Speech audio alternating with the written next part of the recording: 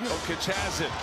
Clock ticks, got to put one up. Jokic for the win. Oh! Welcome to another episode of the Who's Feral podcast. It's created and curated by none other than yours truly, the one and only Pharaoh. It's sponsored by Underdog Fantasy. Get your picks in. Use the promo code Pharaoh to get your first deposit match.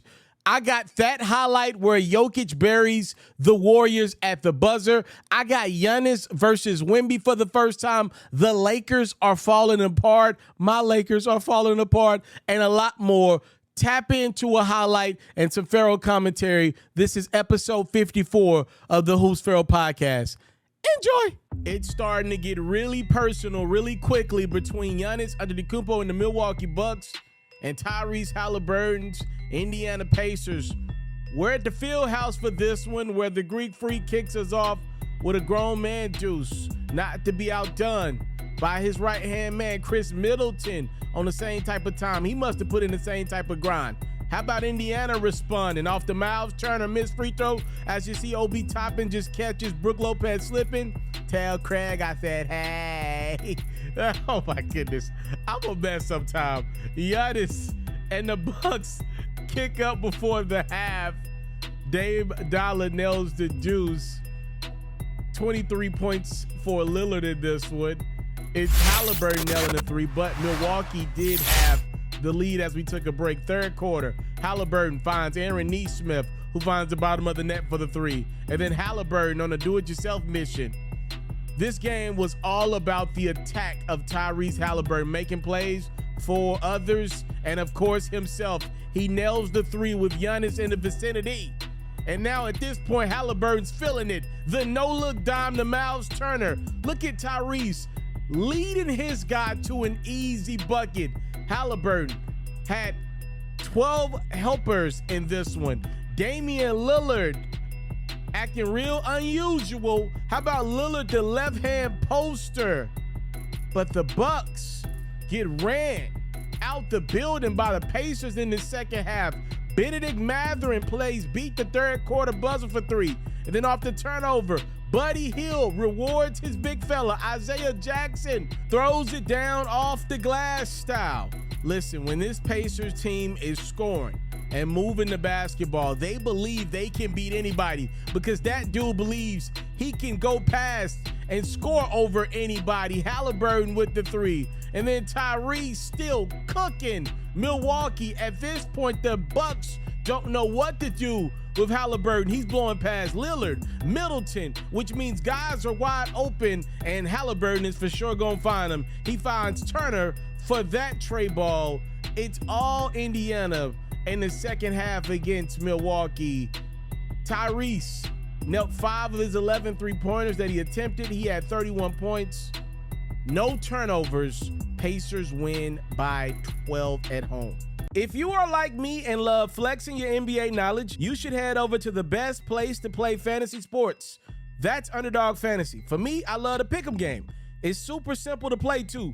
All you got to do is go to the Underdog Fantasy website or app, pick whether a player will have a higher or lower stat line for that game, get all your picks right, and you can win up to 20 times your money. And when you sign up, if you use my code Pharaoh, your deposit will get doubled.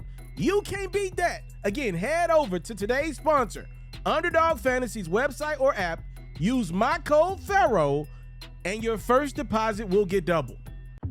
Kyrie Irving is back for the Dallas Mavericks, but Luka's squad can't stay whole for more than a couple games at a time. You shall see what I mean later in the highlight as Dallas hosts the Portland Trail Blazers.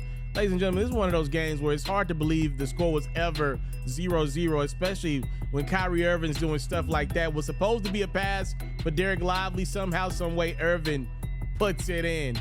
And now Irving's actually going to connect on his pass. It would have been crazy if he got a bounce pass to go to the bottom of the net. Instead, he finds Derrick Jones for the easy dunk. And now back to the dunk. It's Luka nailing the three. It's kind of like, bro, thank you. Thank you for making me so great at basketball. That was for the basketball gods. Irving's pretty good as well. He nails a three. And then the dunk. It's like, since nobody in Portland's going to guard me, I guess I'll just throw down the easy dunk. Irving and Luka just having their way at the expense of the Portland Trailblazers, who were just awful in this game from top to bottom. Let's take a break. It's 78-47.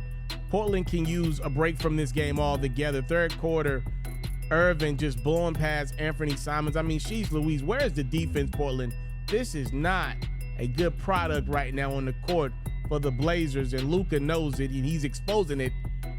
Bad news for Dallas, though, as Luka tries to find his favorite rookie, Derek Lively. Scoot Henderson, another rookie, is going to bump right into Lively's leg.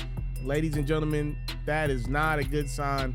Lively sprains that ankle, may miss some time. Dwight Powell comes in Lively's absence and immediately finds the chemistry. A cut and Kyrie scores. Kai had 29 points, 9 rebounds. Not to be outdone by the Don, no pun intended, Luka had himself a game as well. He drops 41, so Dallas gets 70 from its big two, and they just steamroll past the Portland Trailblazers. 126-97 is your final. This was a good game to watch, and it involved the Detroit Pistons. Hey, who's mad at that? Larry Markkinen and the Jazz got company in town, and Detroit came to play. Cade Cunningham goes right down the lane. Using the left is Cunningham. He gives the Pistons the early 8-point lead. Look at Detroit. It's Bogdanovich nailing the three-pointer. He was 8 for 15 from beyond the arc. Cunningham finding Jalen Duran, who throws it down and then rides the back of Walker Kessler. Giddy up. You know, I'm blaming the refs for this mess, right? The refs are so quick to call that technical foul when guys hang on the rim trying to avoid doing that I believe guys are coming off the rim too early. Everybody's okay. We keep playing basketball fourth quarter. It's more Cunningham. He scores. Pistons up a deuce. Other end. It's Walker Kessler. No longer somebody's saddle. He's playing basketball again, throwing it down. We're tied at 132. 32 seconds to go. A big-time three from a big-time scorer. Jordan Clarkson led Utah with 36. That three gives the Jazz the lead. They're seemingly in the driver's seat until Bojan nails a tying three-pointer there. We're all notched up at 135. Marketing gets a look, and he knocks it down for three. The Pistons are now down 3. No timeouts left. 4.4 seconds to go. It's the former Jazz, Alec Burks, tying this game up at 138, which means we got overtime. In the extra period, Lil Boy Day tomorrow, Colin Sexton goes right at Cunningham. And if some is good, more is better. Clarkson gets another look. And just like in regulation, Clarkson knocks down another three. It's Utah taking care of business despite blowing the lead late. They win in OT 154-148.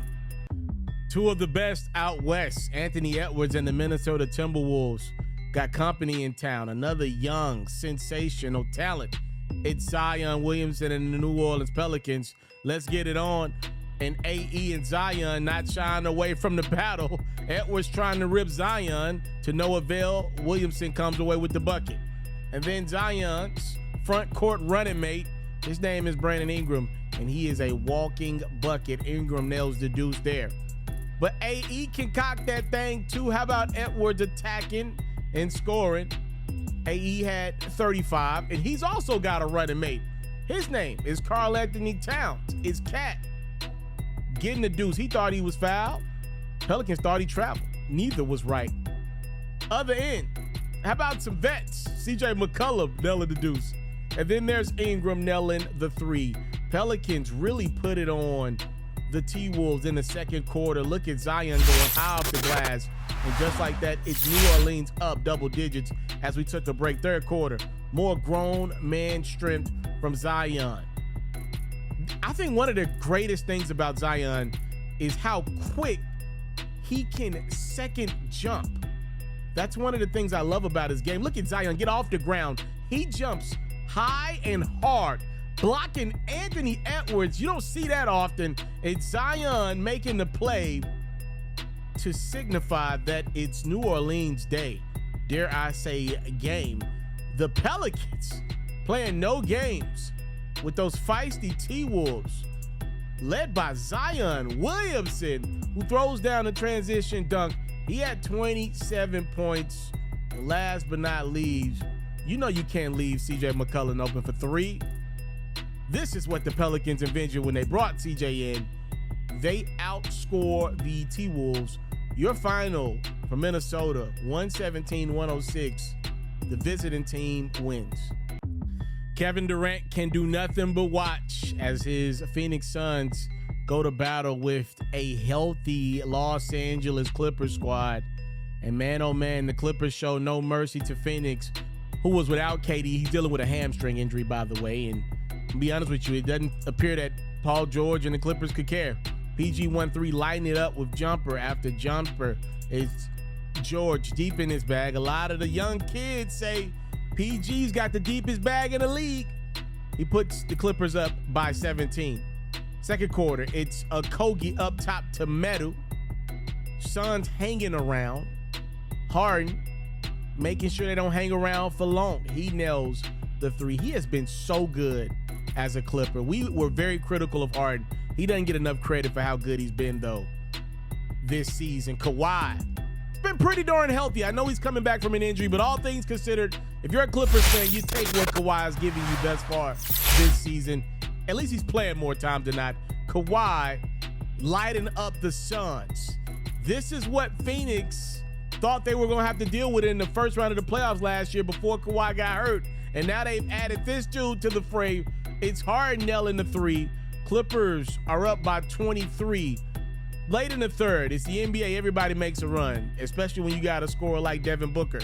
D-Book had 35. Eric Gordon lines it up from the top of the key. Fall three. Ever since he complained, he's been getting the rock more and more. And Booker, one more again, nails another three. And just like that, the Suns have cut their deficit down to 8. It would appear, though, right around this time is where the Suns really needed KD, because late, the Clippers just had more firepower at the top of that roster. 22 points, 11 assists for Harden. PG-13 had 33. Kawhi chips in a measly 30, and it's the Clippers rolling past the Suns, 131-122. Good game to watch. De'Aaron Fox and the Sacramento Kings host the Orlando Magic, and Orlando immediately got some bad news in this one. First quarter, as Keegan Murray gets the bucket to go. You're a Magic fan, this is not a good sight to see. Franz Wagner injures that ankle. If you're not familiar, get familiar. This is clearly the Magic's second best player. Him and Banchero are becoming a dynamic duo. That's going to be a bummer for Orlando if he misses significant time. Malik Monk was a go. And boy, was he ever. He had himself a game knocking down threes. Fourth quarter, it's Banchero on the same type of time. He must have put in the same type of grind as Malik. How about Domantas Sabonis? Got to show love to him. He goes 22 points, 23 rebounds, 12 assists. Not to be outdone by Banchero, who had 43, and he gives the Magic the 2-point lead. Sacramento's got to have one here. They go to Monk. Good decision. We will go to overtime in the extra period. It's Monk once again finding Sabonis, who once again finds the deuce. Magic now need a bucket. It appears as though they got a break. It looks like this ball went off of Banchero. Orlando is awarded the rock for whatever reason, and Banchero takes advantage of it. He scores. We're tied at 127, which means we're going to double OT. In double OT, it's De'Aaron Fox making his way into this highlight. How about Fox with a pair of clutch deuces? And now it's Sacramento up by 3. Last chance for the Magic. They go to Banchero. You can't be mad at that. But Paolo's last minute attempt is no good. He had 43. He needed 46. The Magic fall to the Kings in double OT, 138-135. Monk had 37. There is no Jimmy Butler, but there is Bam Adebayo. And Miami, for some odd reason, is always a hard task for LeBron and the Lakers, and this one was no different. First quarter, it's Miami setting the tone. They go on a 15-2 run as Tyler Hero nails the three. And then Duncan Robinson inside to Adebayo. That's just too easy. A lot of Lakers looking, but nobody stopping. We're in the second. LeBron did not have his most productive game in this one. And then the young fella, Jalen Hood-Schifino, he didn't have a good game either. Anthony Davis did put up an incredible stat line. He throws down the dunk. In transition is Austin Reeves finding AD. I want to talk about Anthony Davis's great stat lines, but they don't necessarily mean the Lakers have felt that impact on the court. It's very weird. Miami felt the impact of Tyler Hero lighting up the Lakers. That juice leads to an 8-point lead for Miami at the half, third quarter. It's Bam making his move on Adebayo. And then LeBron on the baseline. Easy work for the King. And then it's Max Christie on his own baseline grind, throwing it down with Adebayo trying his best. More huge Laker dunks. It's AD. He had 29 points, 17 rebounds, 6 assists, and 5 blocks. I'm just saying, if Shaq had that stat line, he'd probably be sitting out the whole fourth quarter. Something about these big stat games from AD don't necessarily mean wins for the Lakers. Miami had 8 guys in double digits. Look at Jaime Jaquez putting the moves on LeBron, and then Tyler nails the three. You get 21 from Hero, 16 from Jaquez Jr. No Butler, no problem. The Heat take care of business in LA, 110-96. Giannis Antetokounmpo gets his first crack at the rookie Victor Wembanyama, or dare I say Wemby gets his first crack at Giannis. An absolutely great game from San Antonio. Kicked off with the Greek Freak. It's Giannis spinning, winning and dealing on Jeremy Sohan. But Wemby's game too. How about the rookie going right at the Bucks? Mama always said, why rely on others when you believe you can get it done yourself? And Wembanyama's not done. A nasty behind-the-back move on Dame and the throwdown in the grill of Brook Lopez. Oh, that's how you feel, huh? Oh, you keeping it real, huh, Wembanyama? Game so great, make you want to smack your mama. Got the Bucks on their heels. Giannis responds. In the third, the Greek Freak throws it down despite the contest from Wembanyama. Yeah, I'm a bad man, says Giannis, and he's not done. Dame Dollar knows who to find. Greek Freak going right back at Wemby once again, and once again coming away with a bucket. A couple of finishes on the other end from Keldon Johnson got the Spurs sitting pretty. Look at the English and hang time from Johnson, and he's not done. Next time around, it's Johnson. No longer laying it up. The reverse jam on the other side of the rim. Keldon had 14 and 10. Here comes Damian Lillard. He's done passing. This time he's shooting, and he's really good at that. He had 25. Devin Vassell also was an intricate part of the Spurs game in this one. Not making a three there at the rim, but he did have 34 with 6 threes made. Speaking of threes made, with the Bucks down, it's Giannis nailing a couple of wide open threes. Don't mind if I do. You're not going to guard me. I put too many hours in the gym. The Bucks now go up by 3 with 70 seconds to go. It's Wembanyama with the 3 of his own. We're tied at 121.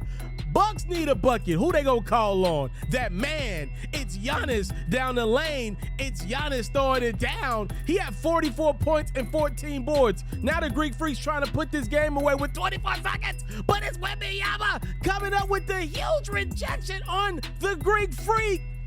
It sets up the Spurs with an opportunity to tie this game up in the closing seconds. Wemby catches the double. He finds Trey Jones in the corner for 3. It's no good. Wemby makes the right play, but unfortunately for the Spurs, they come up 3 points short. Wembanyama had 27 and 9 himself, but he's on the losing end of his first ever matchup with Giannis and the Bucks. Milwaukee takes this one, 125-121. What an absolutely fun game. Nikola Jokic showing you why he's the game's greatest player. against Steph Curry, one of the greatest players of all time, and the Golden State Warriors. This highlight is worth watching every second. I promise you that. First quarter, it's the chef Steph Curry kicking us off with a three. He's done that a few times in his career. Other end, Reggie Jackson finds the big fella in white, and I would say that's probably a good idea. Nikola Jokic playing bully ball on the Golden State Warriors, who are still without Draymond Green. Other end, Klay Thompson gets hot. This looked like the old Klay, knocking down three after three after three.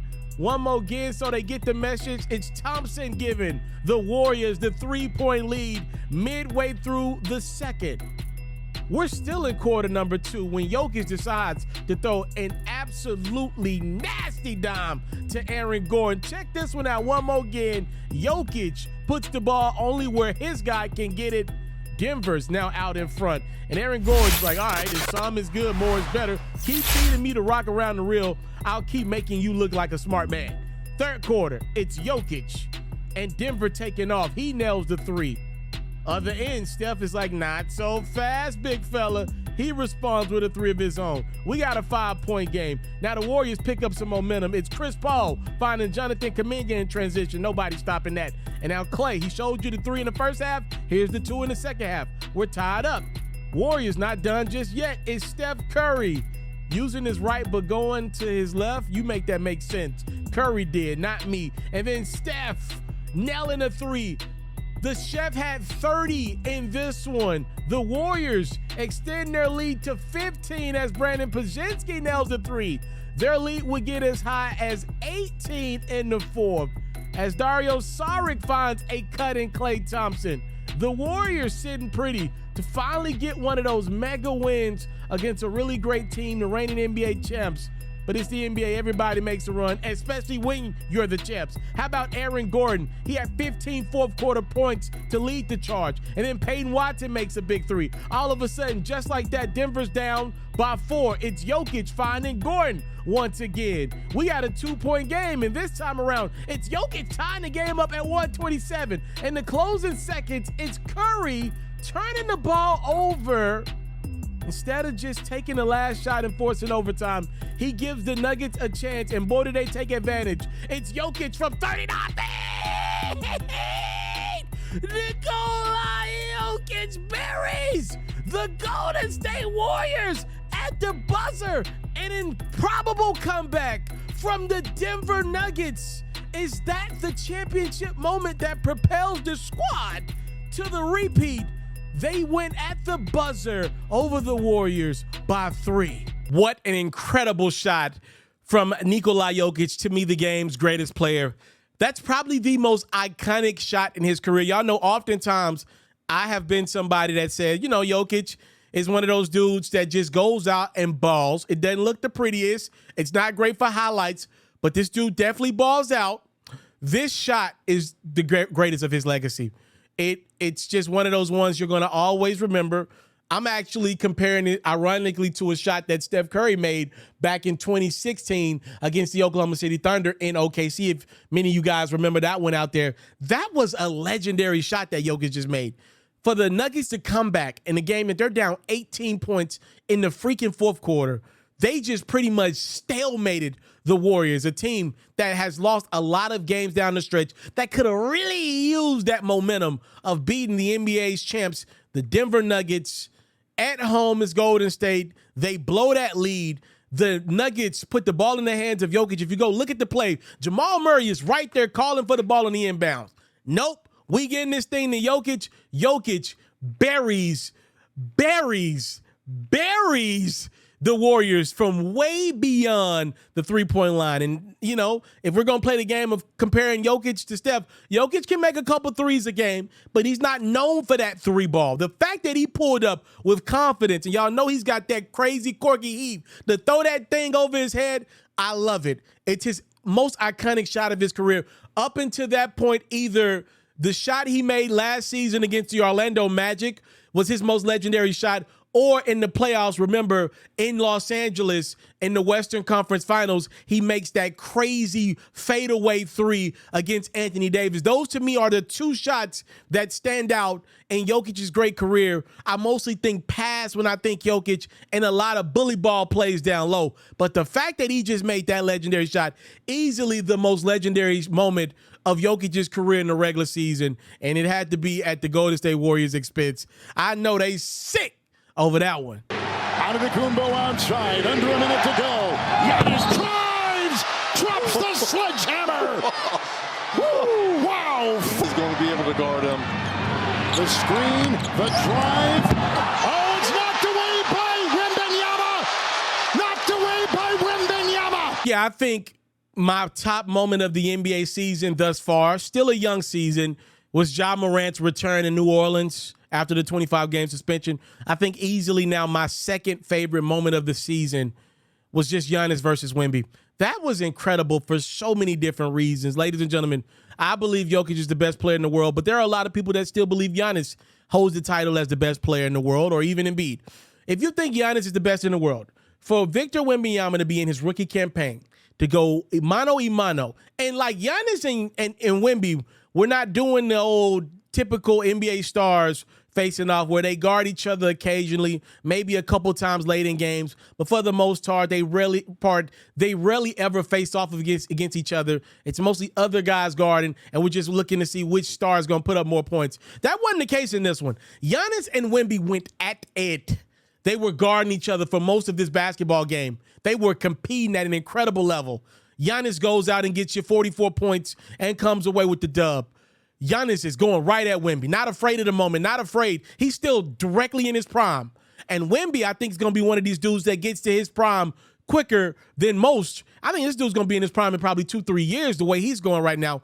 I love what Wembanyama did. Yes, his team did not win the game. Have you watched the San Antonio Spurs? They don't win most games they play. But what Wembanyama did late with that last block on Giannis, that was the I'm coming sooner than you think.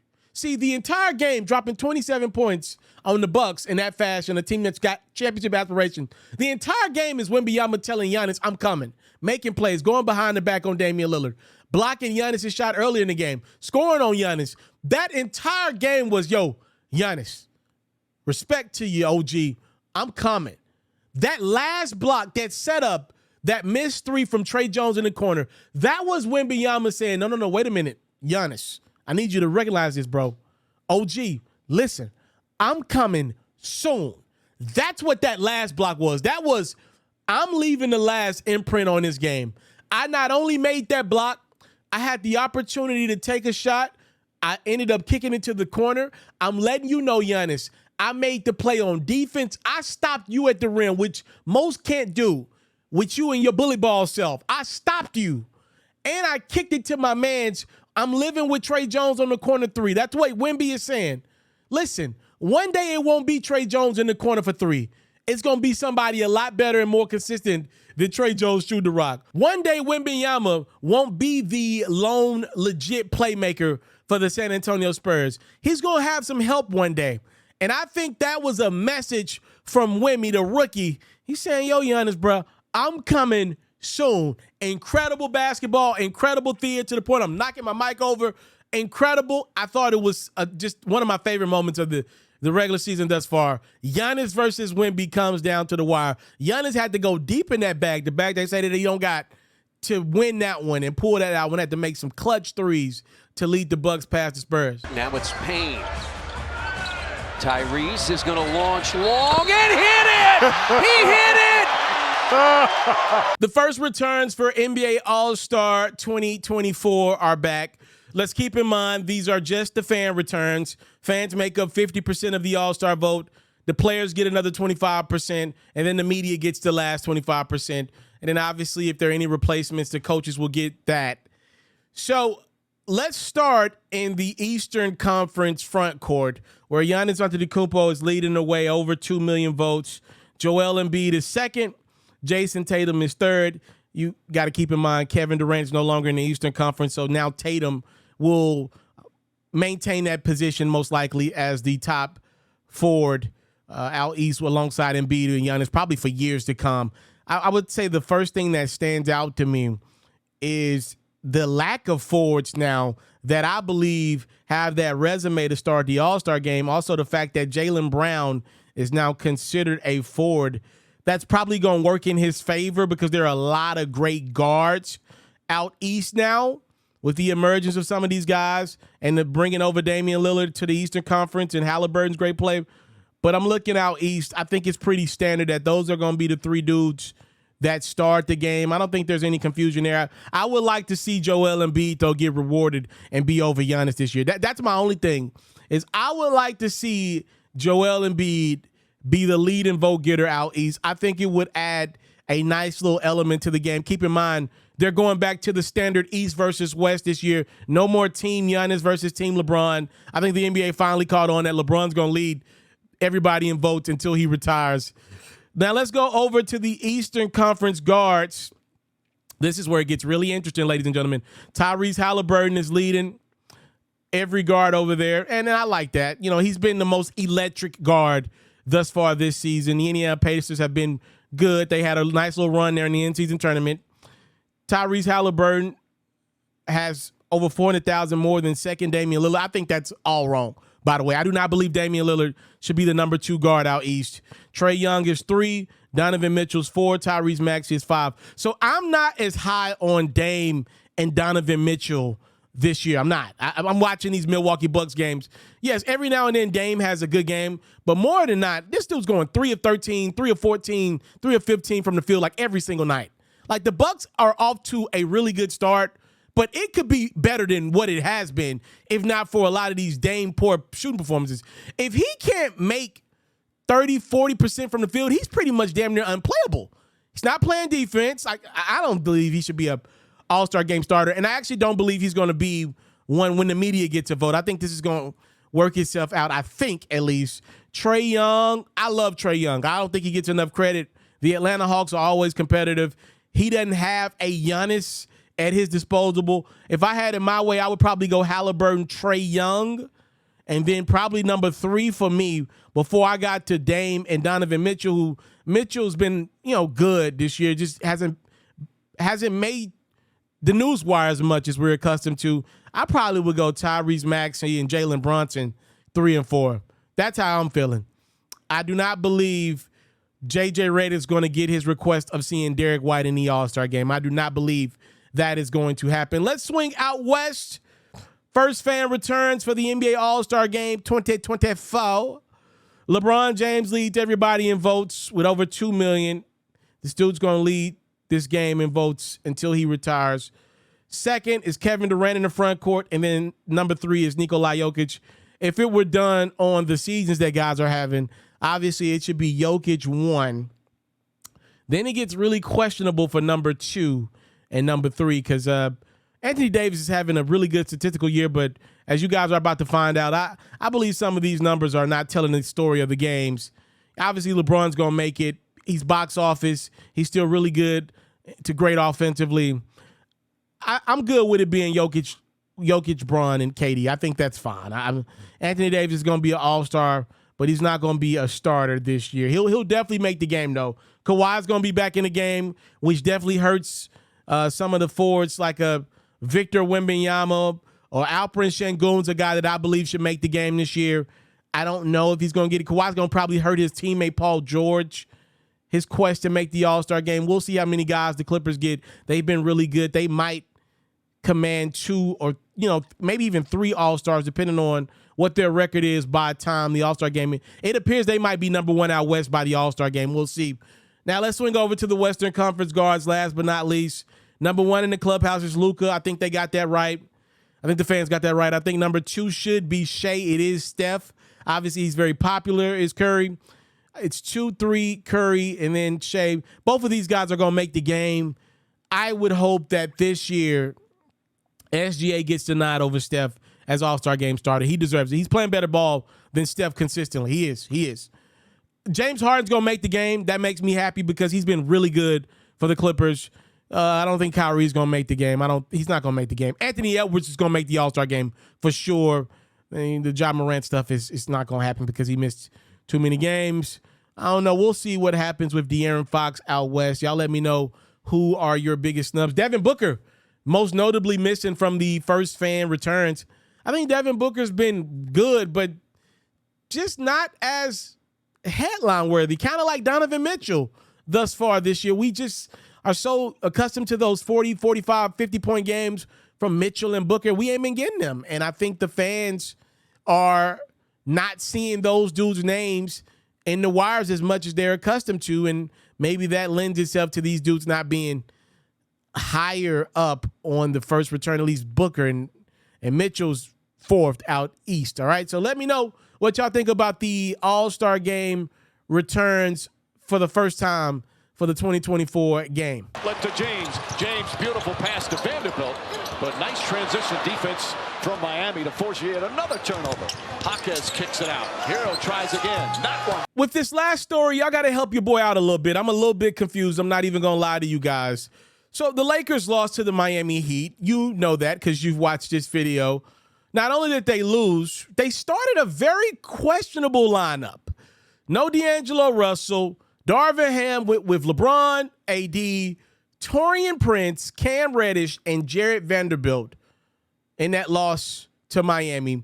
Not a lot of shooting, to say the least, in that starting lineup for the Lakers. According to one of the NBA's best reporters, Shams Charania, there have been some internal conversations about Darvin Ham and some of his rotations thus far this season. Shams didn't say the Lakers are going to fire Darvin Ham, but he definitely left that door open. And as a Laker fan that loved Kobe, but definitely likes and respects LeBron, this leaves me a little confused because LeBron fans tell me all the time I should just be grateful that LeBron is still playing at a great level. Okay, but I'm watching LeBron play incredible on offense, and now I'm hearing rumblings of another head coach potentially being fired under LeBron James's era. That would tell me LeBron is still somewhat in his prime. Now, if he's somewhat in his prime, shouldn't I be able to hold him to a top 10 player standard? I'm just asking a question because that's confusing to me if he's still a part of coaches getting fired. That tells me LeBron is still chasing that ghost in Chicago, trying to get the ring 5 and trying to get the ring number 6. I'm confused if LeBron is still at that point where he's got to go get a coach that can help this Lakers squad get over the hump. Y'all got to know who I am. I have always commended LeBron James for going after championships pretty much every year of his prime. That dude has said, I'm not leaving any eggs on the table. Why waste time? If I'm healthy enough, put me in that ring for championships. But I got to be honest with you guys, after the last contract LeBron signed, I just thought we were past that. I thought LeBron was in billionaire mode, taking every dollar on the table. Because if we're being honest, right up the street, Shohei Ohtani, the Dodgers' new star, he pretty much gave the Dodgers a 10-year discount alone, damn near, to allow them to go get other star players. There's nothing that benefits Shohei from the contract that he just signed. Yes, the NBA and MLB have different cap situations, but LeBron ain't leave no money on the table with his last deal, which tells me he's still chasing championships, which means I think he's still somewhat in his prime, which means we got to hold him to the same standard we hold Jokic, the standard we hold Giannis, and all these other incredible basketball players out there. Speaking of the late, great Kobe Bryant, I got to thinking of something. You know, Kobe Bryant played his last professional basketball game at age 37. You may remember he dropped 60 on the Utah Jazz. Now, it took him like 50 shots, but he still dropped 60. That tells me Kobe probably could have put up a lot of more buckets in the NBA for a few more years. He probably could have got to 40, but his knees were shot. Obviously, his Achilles was shot. Kobe was watching dudes blow past him that couldn't tie his shoe in his prime, and he said he didn't want to go out that way anymore, and he left the game of basketball probably with a lot more buckets left in the tank. That gets me to some of our great players of today, the LeBrons, the Stephs, the KD. I'm watching these dudes. They can drop 35 points and their team still lose by 15, 20 points. That was not the case when these dudes were in their prime. My question is, do these three all-time greats of today just get a pass? How come we ain't holding them to the Kobe standard? Kobe walked away because he didn't want to cheat the game.